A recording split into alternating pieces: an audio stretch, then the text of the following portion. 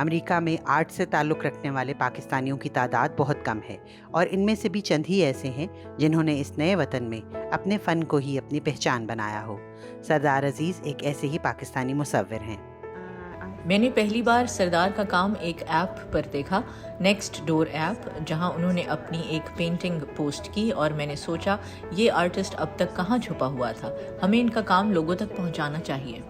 ریاست میری لینڈ کے شہر لا پلاٹا کی انتظامیہ نے شہر کے ٹاؤن ہال میں سردار کی بنائی ہوئی پینٹنگز کی نمائش کا اہتمام کیا۔ اس نمائش کا عنوان تھا اربن ٹوپوگرافی، یعنی شہری منظرنامہ۔ لیکن جہاں پہ میں نے دیکھا کہ لوگ اپنے شہروں میں بالکل اجنبی کی طرح گھوم رہے ہوتے ہیں، انہیں جاب پہ جانے کی جلدی ہوتی ہے یا واپس گھر جانے کی جلدی ہوتی ہے یا شاپنگ پہ۔ اس اسٹرینجنس کو کافی یہ میں نے محسوس کیا اور اس کو پینٹ کرنے کی کوشش کی۔ ہمارا ایز اے پاکستانی ہمیشہ ایک فیسینیشن، ایک رومانٹک ریلیشن ہے بارش سے۔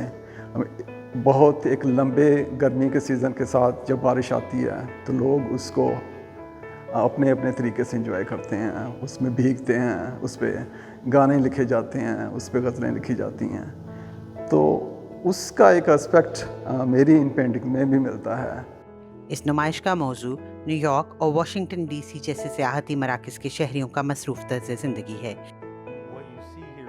یہاں آپ کو شہری منظرنامے سے ان کی محبت دکھائی دیتی ہے۔ بارش کے موسم میں واشنگٹن ڈی سی میں کام کا ایک دن کیسا ہوتا ہے، اس کی بڑی مہارت سے بھرپور منظر کشی کی گئی ہے۔ یہ نیو یارک شہر کا ایک منظر ہے اور آپ دیکھ سکتے ہیں کہ نیو یارک کی افراتفری میں زندگی کیسے رواں دواں ہے۔ ان کے کام میں ان کی محنت، ان کی روح اور جذبات صاف نظر آتے ہیں۔